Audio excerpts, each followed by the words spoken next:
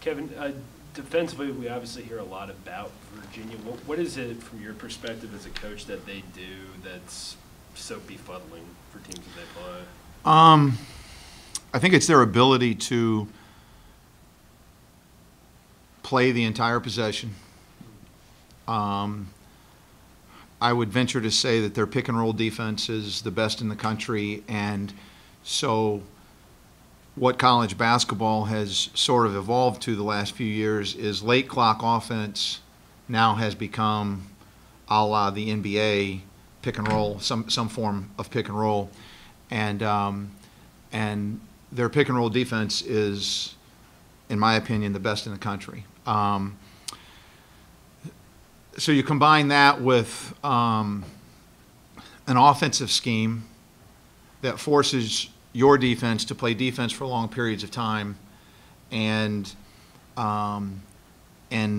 is able to frustrate opponents because they grind you down into a game kind of wills, if you will, and they're used to playing that way, so they're used to playing that grinded out. There's never any sense of panic, and then you make a few mistakes, and they're just still in the rhythm of what they do. And defensively, I think the other thing that's about their defensive team this year is Wilkins and Salt, their two big guys, are just freaks. They're incredible how good they are defensively. And, you know, they get a lot of credit for their defense, and as well they should. Those two guys are amazing defensively, in my opinion, and as a tandem. And not that their perimeter guys make many mistakes, because they don't, but if they do, those two are so good that they cover up for mistakes, especially Wilkins. He's incredible. And so I don't know, there's a lot of reasons why their defense is good, but their commitment to it, their unwavering belief in it, I do think their offense complements their defense, and so it's a number of reasons, but they have good defenders, but again, they buy into it, and they buy into it every possession for the entire game. So what kind of team would be best against them? A team that relies on half-court offense, or a team that gets up and down the court? I think a team that what's the best kind of team? I would say a team that could really make a lot of threes, and that was great offensive rebounding. I would say that those would be the two places that I don't think you're able to drive them a lot. You're not able to post them up a lot because they're terrific in their post trap. You know, I think you have to make shots against them. When there's an easy basket to be had, I think you better capitalize on it, because you're not going to get many opportunities for easy baskets.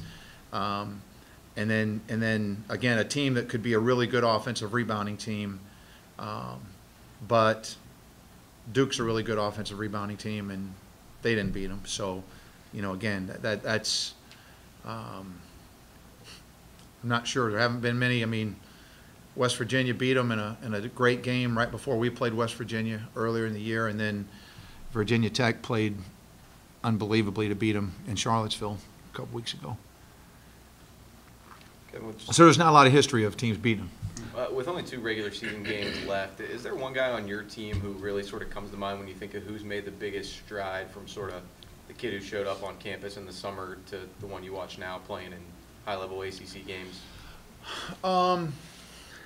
I think a lot of them have made strides. Parker would jump out to me. Parker's been unusually consistent for a freshman.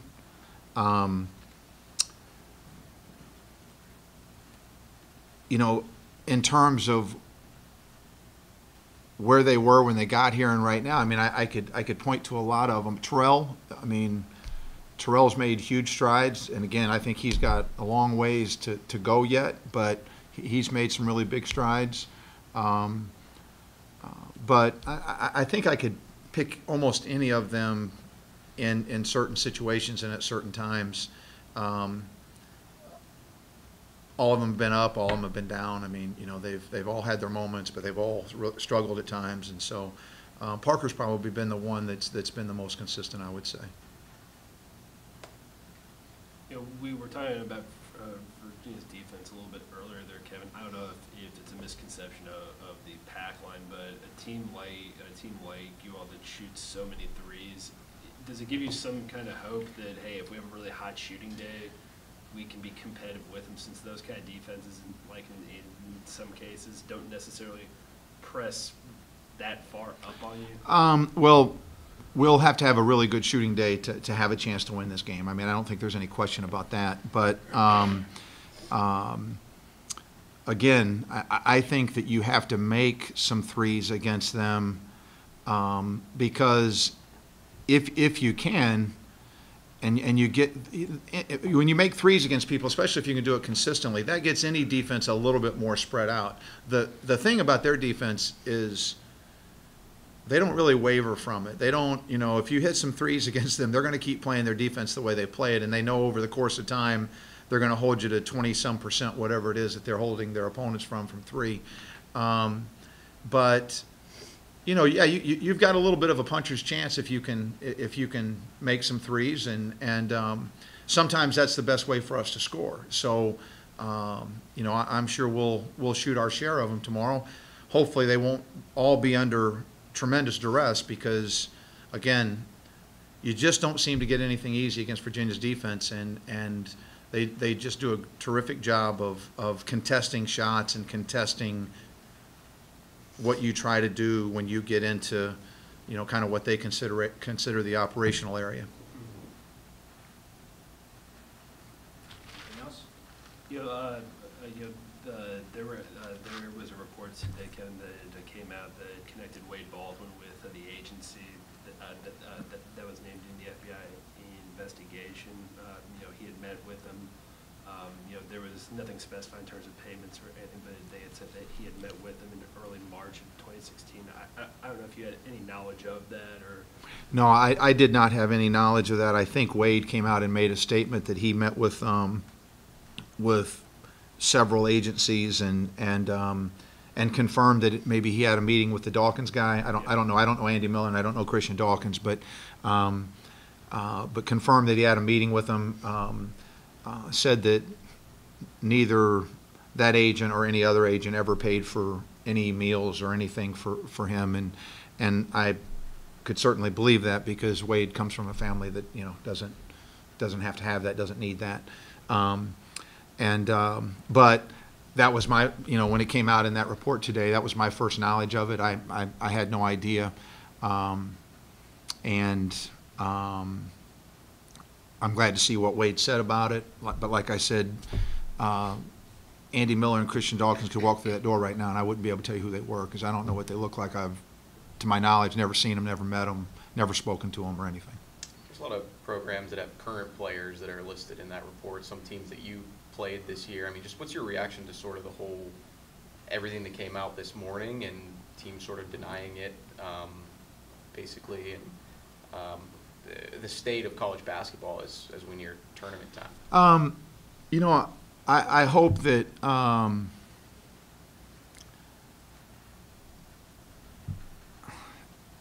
guess I hope it's not as bad as what it's purported to be. It wouldn't surprise me if it's worse, because I'm guessing that there are, if you could get 25 other agent spreadsheets and probably find a similar type activity. But until they really uncover what's going on, I guess I would withhold my opinion. As someone who's tried pretty hard and steadfastly to run programs the right way and abide by rules and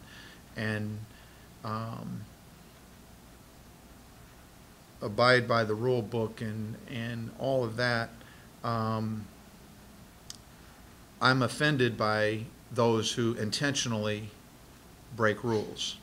Now, you have secondary violations, you do things and you find out you made a mistake.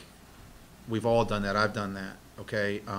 That's different than an illicit inducement to come to a university or something like that. And so, but I think that, I guess I'm probably as interested as everybody else as a person inside the world of college basketball. I, like many others, have wondered for years and years what's really going on. What are people really doing? You hear this and you hear that. Is there truth to it? Is it fabrication? I'll be interested, just like everybody else, to see what comes from it. And that's really all I could say about it. A little more juice this week, being able to play the #1 team in the country tomorrow? You feel a little more juice? Yeah, I think so. I'm not talking about that.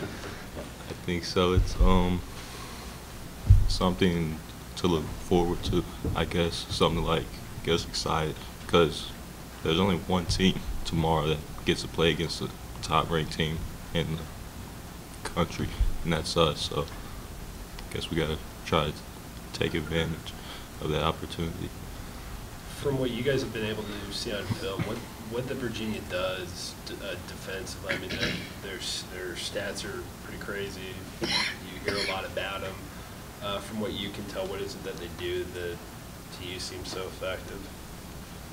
Well, I'd say their help is what defines their defense, because they're constantly helping each other.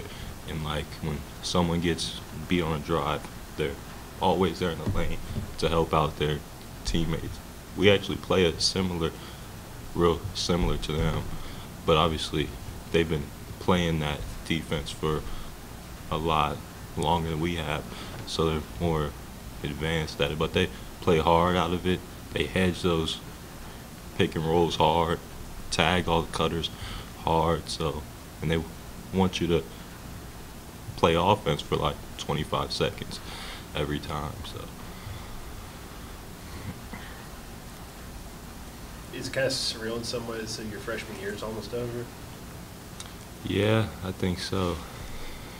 I was looking the other day, and it feels like we haven't been playing for that long. Kind of flew by really quick, and now you look at it, next year I'm playing, I'll be a sophomore, and my freshman year is already over, so everything happened pretty fast. We had talked with Coach Stallings a little bit earlier, and we had asked him about which guys he's noticed a lot of improvement from. You were one of the people that he mentioned. He said you've been kind of unusually consistent for a freshman. You had said there that it's that the year it really hasn't seemed like it's been all that long. Have you ever felt like you've hit? We talk a whole lot about the so-called freshman wall. I mean, have you felt in any ways that you've kind of hit that, or is this year just kind of gone fairly seamlessly? Wouldn't say I ever hit a point where I just thought I couldn't go any further. Yeah. But every player's gonna have some times where they're not hitting shots and they're not playing well, but you just gotta trust what you do, trust what the team does, and just try to get out of that slump. I've had slumps this year. The beginning of the season, I was in a real big shooting slump, and I just trusted what I knew, kept shooting, kept playing hard, and eventually I shot myself out of it. But I know those things will happen, but you just try to keep doing what you know to do, and try to prevent those things from happening. Parker, do you feel like with a lower scoring, grinded out kind of team that it kind of opens itself up for a chance to there be an upset than a team that can go out and score 80, 90 a game? I mean, that's what Virginia Tech did. They were able to keep it close and hang with them, and then eventually they were able to upset them. You kind of feel like with a lower scoring team, there's a better chance of that? Yeah, I think so. And they play really slow. When they get the ball up the glass, they don't push it in transition. They walk it up the court run offense and get their shot. And that's kind of how we play at times too. So you might see two teams playing the same exact way out there on the court and be a low-scoring game. Could be, so. Playing a team like Virginia Park that's as accomplished as they are and as good defensemen as they are, what for you guys as a team, from what you guys feel and from what you've talked with coaches about, gives you hope that you guys can sort of play with them and maybe keep it close?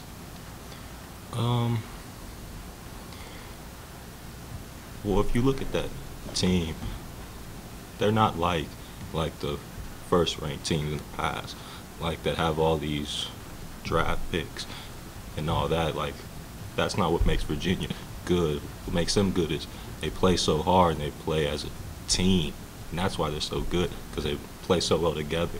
But I think if we keep the game at our pace, play a slow game, and just make it just as hard on them to score as they're going to make it hard on us, we'll have a chance to win. You've been playing a lot lately, playing real well lately, more than you had been earlier in the season. What's been the big change in your game in the last month or so, or weeks, or whatever it is? Just sticking to it, man. You know, like I always like to say, you got to remain the same in adversity, and you know, hard work will pay off. Been working hard in practice, being uplifting, being a positive energy for the rest of the guys. So it's paying off. That's interesting because you got a team with a lot of freshmen. You think the coach would forget about the senior and then play all those young guys for next year, but you've been playing more now than ever. Yeah, you know, coach has a good reason for all the decisions that he makes. You know what I mean? And he knows I'm a good example of attitude and character for the rest of the guys, so just rewarding me. This is kind of the typical senior day question, Jonathan, but I mean, is it surreal at all, the thing kind of winding down? I've kind of thought about it since the beginning of the year, you know what I mean? So I think I'm ready, you know what I mean? So everything comes to an end someday, so. When you got here, you know, it was a different head coach, it was a completely different staff, a lot was different about this program. Just how much do you feel like you changed from the person you got here a couple of years ago to now? I got to see like the both sides of the coin. When my first year, we went to the tournament. We lost in the first round, so my first major college experience, I got to, you know, be on that side, the winning side, and got to see both sides. So, you know, that's why I think I'm such a positive force for the rest of the guys, because I know the ups and downs, you know, and they don't know that yet. So that's why I think the coaching staff appreciates the guy that I am and that I have been for the team. And, you know, looking forward to playing Virginia tomorrow.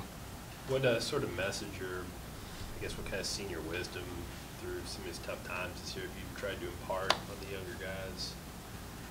Just being stable, having like a happy medium, regardless of what's going on. Just keep doing what you're supposed to do, and good things will follow. So. Are your kids going to be at the game tomorrow? Oh yeah, they're gonna be there. You know, Nas will be down there running around. Hopefully, I could keep him, you know, being still. 'Cause, you know, he has a lot of energy. So he's 2 years old. He just runs around. He gets excited. Have you seen much of Virginia this year, just sort of flipping the channels even before you guys started breaking them down? Yeah, we've been watching them a lot on film, and you know, I catch them on TV. So, and we played against them. I've been here for 3 years, so I kind of know the system that they run, and you can't really make mistakes, and you have to execute. You have to screen hard to get guys open, and you're probably gonna have to embrace the pace of the game tomorrow. It'll probably be the best chance to compete. You mentioned you've played against them now for a few years. You've also seen a lot of them this year. Some people say their style of play is kind of boring and kind of like, you know, unique in college basketball, how slow it is and how defensive-minded it is. Yeah, they're like as a player, what are your thoughts on sort of their whole approach? You know, it works for them, and they're kind of like the Spurs of college basketball. So, you know, they're not nothing flashy about them, but they get the job done. Just the fact that you guys, a lot of your offense can depend on the three sometimes, does that kind of actually give you a puncher's chance against them, the way they play with the back line? If we execute and we make shots tomorrow, we'd probably be in a good spot. We'd be able to compete with them. So Virginia Tech beat them this year. They made shots and they executed their actions. That's what gave them the chance to compete, and they got the W that day. So. Yeah, it's kind of near the end here. I mean, what do you, from not even just this year, but over the course of your college career, what do you feel like you've kind of learned about yourself? What have I learned about myself? Let me answer that. Can I answer that at the end? Yeah, of course. Yeah, let me answer that at the end. Okay. What's the biggest thing you'll remember, you think, in your 3 years here? For my 3 years Is there here. one thing that sort of stands out? Probably just a summary of all the moments. You know what I mean? Learned a lot of lessons about, you know, just keeping my composure and being able to take criticism. You know, looking yourself in the mirror. So. Taking the one-loss records out of the equation, how's the program different the past 2 years than it was when you first got here? My first year here, my first 2 years here, it's an older group of guys, you know, and it kind of had that. It's kind of like a Big East feel. Guys are it's a little more grittier in practice and things of that nature. With these younger guys, that's something they'll probably have to grow into, you know, and I hope they take on that toughness attitude, that grit.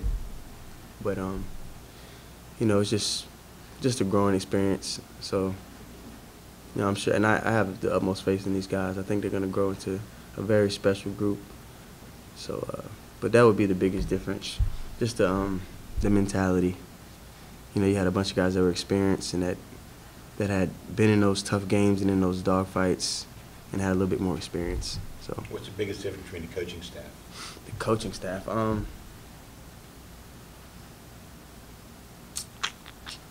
think both coaching staffs, they were very dedicated and very particular in when it came to film and what we needed to do to get the wins. You know, you have different personalities, but the agenda and the work ethic to be successful was the same. Thanks for throwing some fastballs out today. I'm good. Good. You got an answer for that last one yet? What did I learn about myself? Yeah.